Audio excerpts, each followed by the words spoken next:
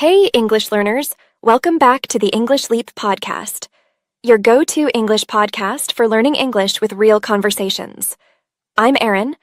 And I'm Evan. Erin, I have to admit, pizza is my weakness. Last month, I promised myself, no more fast food. I'll eat healthy every day. And guess what? That promise disappeared the moment I smelled pizza. Oh no! So the change didn't stick? Not at all. 1 week of healthy eating. Then pizza pulled me back. Listeners, what about you? What's your weakness? Tell us in the comments section below. And like this video if this story relates to you. Yes, and don't be shy. Writing your thoughts in the comments is one of the best ways to practice your English.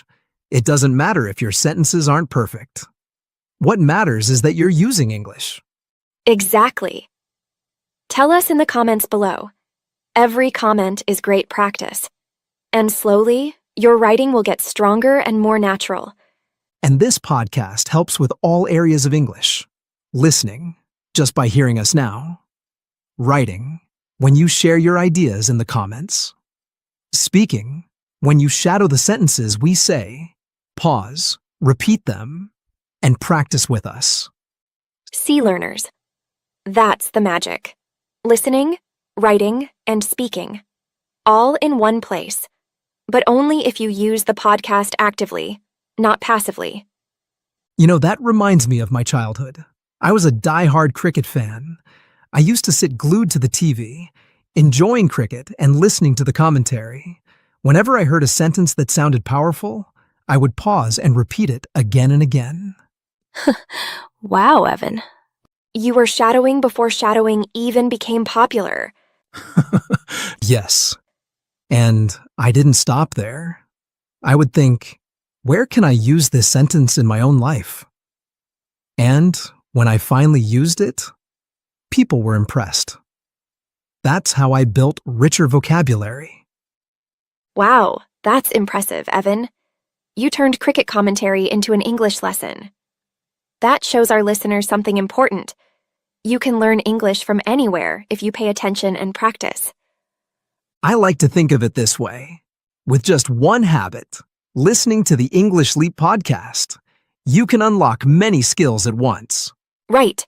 You practice listening, you shadow sentences for speaking, you comment for writing, and, Evan, you forgot one more thing. Oh, really? What did I miss? Self-improvement. Our podcast isn't just about English. Every episode also gives life lessons that help you grow as a person. True. Learning English and improving yourself at the same time, that's a powerful combination. One small habit can lead to big results. You know, there's even an old English idiom for this. Kill 2 birds with 1 stone. But here, it's more like 4 birds with 1 stone. Maybe more. And for our listeners, that idiom means you get many benefits from just one action. Now, you've learned a new idiom, and you're living it right now by listening here. Exactly. And hey, don't forget, we've prepared a free PDF guide for you. It has the key points, practice questions, and today's vocabulary. You'll find the link in the description below. And later in the episode, Crystal will join us for the vocabulary breakdown. She'll explain useful words in simple English so you can understand them and start using them yourself. All right, let's dive into today's topic. Why change doesn't stick. So, let's start with the first reason change doesn't stick. The habit loop. Our brains love routines. Once something becomes automatic, it's like a track that's hard to leave. Yeah, it's like when you always grab your phone first thing in the morning. You don't even think about it. Your hand just reaches for it. Right. And when we try to change, that old track is still there, pulling us back. Oh, that reminds me of my old enemy, pizza. Remember what I said earlier? I promised myself no fast food, but my habit loop kicked in.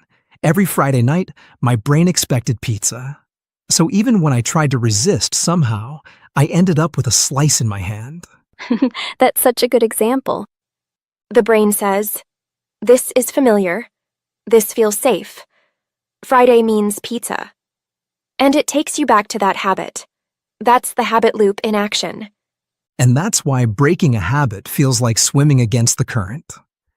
The brain keeps pulling you back to the old routine. But here's the good news. You don't have to fight the habit loop. You can use it. The trick is to keep the same cue and reward, but change the routine in the middle. Oh, like if Friday night is my cue, and the reward is relaxing after a long week, I can swap pizza for something healthier. Maybe a walk with a friend. Or cooking at home. Exactly. The brain still gets the reward, but the routine is different. That's how we reshape the habit loop, step by step. This sounds doable. At least for the sake of breaking free from my pizza habit. Now, let's think about how this works for English learners. Take TV as an example. Imagine this habit loop. Cue. You come home tired after school or work and sit on the couch. Routine. You switch on the TV and watch your favorite show in your own language. Reward. You feel relaxed and entertained. Now, here's how to reshape it. Keep the cue the same. Coming home and sitting on the couch. Keep the reward the same. Feeling relaxed. But change the routine. Instead of watching your favorite show in your own language, choose a short English program. Maybe a 10-minute episode or even a YouTube video in English. That way, your brain still gets to relax, but you've turned the routine into English practice. Right? Same cue, same reward. Just a different routine in the middle. And the best part is, over time, your brain starts to expect that new routine. It feels natural.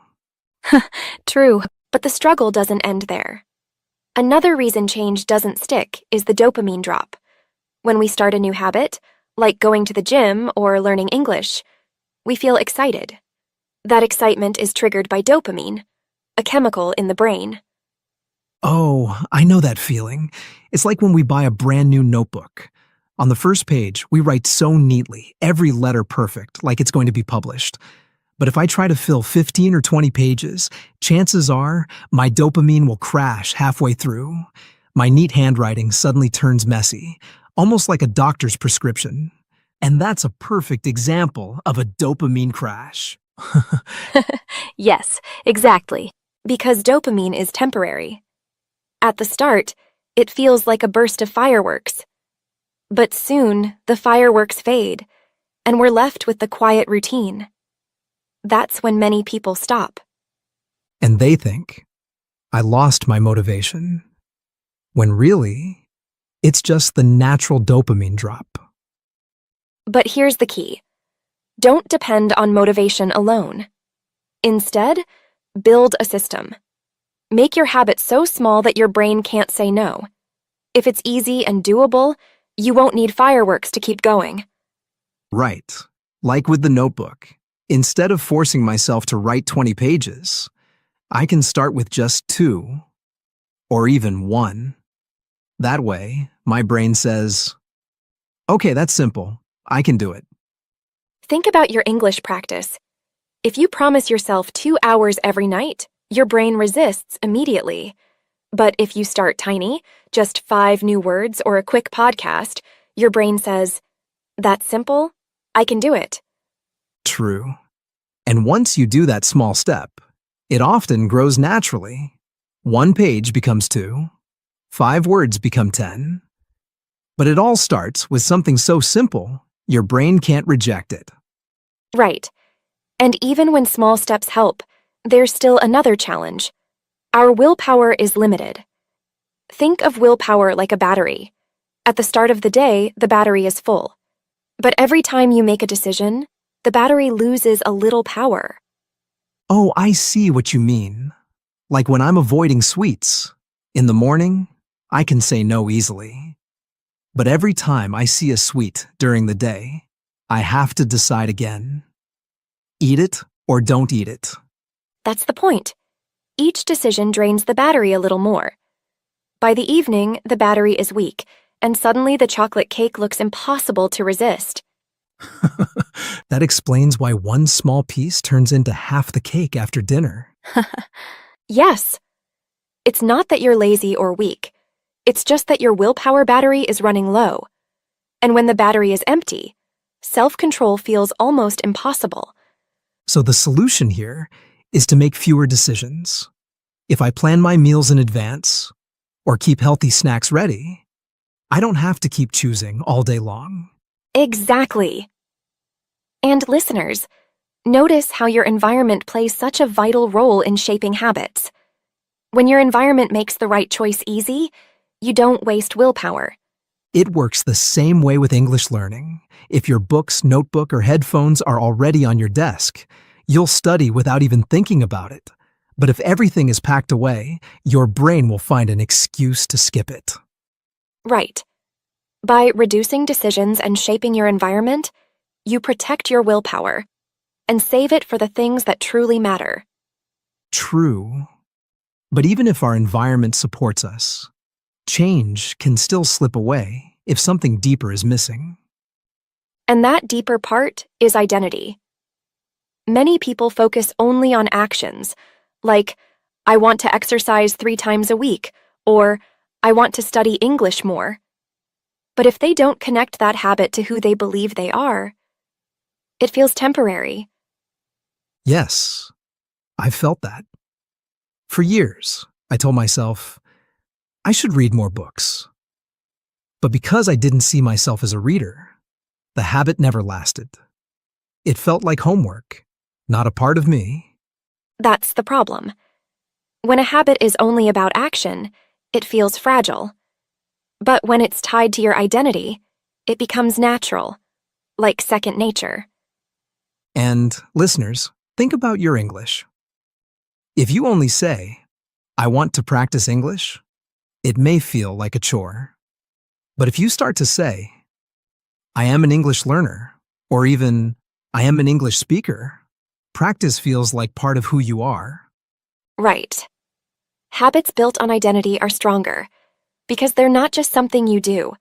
They're part of who you become. And speaking of becoming stronger, it's time for one of my favorite parts of the show, the vocabulary breakdown. Yes, Crystal is here to take some of the key words from today's episode and explain them in simple, clear English so you can understand and start using them yourself. All right, Crystal, over to you. Hi everyone, Crystal here. Let's look at some useful words and phrases from today's episode.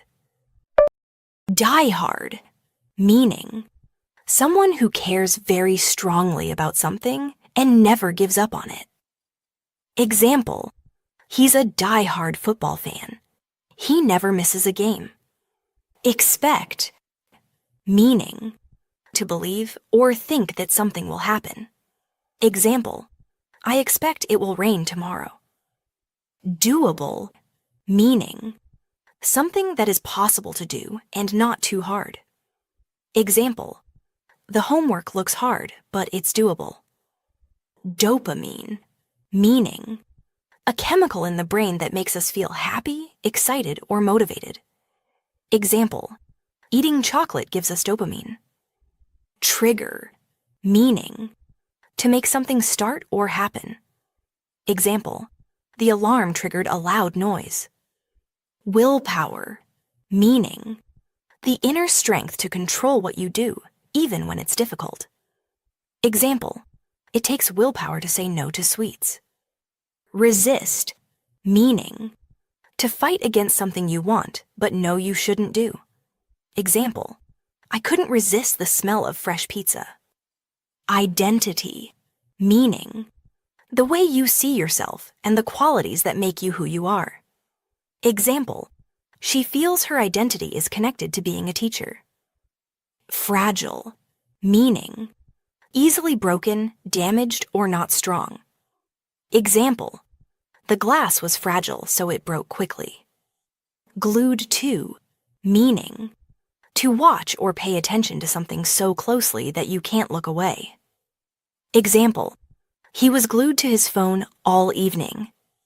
End up, meaning to finally be in a place or situation you didn't really plan. Example, we went for a walk but ended up in a cafe. Pull someone back, meaning to stop someone from moving forward or making progress. Example, fear can pull you back from success. Cue, meaning, a signal or moment that tells you to start something. Example, hearing the school bell is the cue to go to class. Halfway through, meaning, in the middle of doing something. Example, I stopped reading halfway through the book. Kill 2 birds with 1 stone, meaning, to do one action that gives you 2 benefits at the same time. Example, by walking to work, I kill 2 birds with 1 stone. I save money and get exercise. Great job. These words and phrases will help you sound more natural and confident. Try to use at least one of them this week, in writing, speaking, or even in your own thoughts. The more you use them, the stronger they become in your memory. Thanks, Crystal. That was super clear. And listeners, don't forget, the free PDF guide with today's key points and vocabulary is in the description. Leave us a comment to practice your writing, and we'll see you in the next episode of the English Leap podcast.